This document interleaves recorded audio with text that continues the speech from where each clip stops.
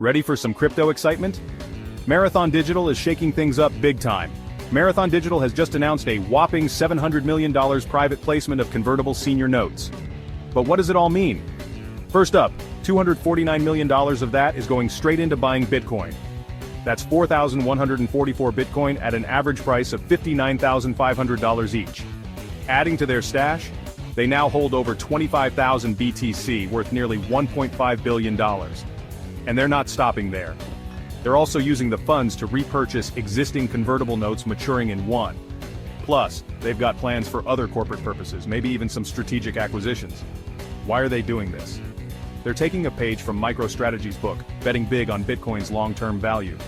This move could position Marathon as a major player in the digital asset space. Is this the future of finance? Only time will tell. But one thing's for sure, Marathon Digital is all in on Bitcoin. Stay tuned for more crypto news and don't forget to hit that like button.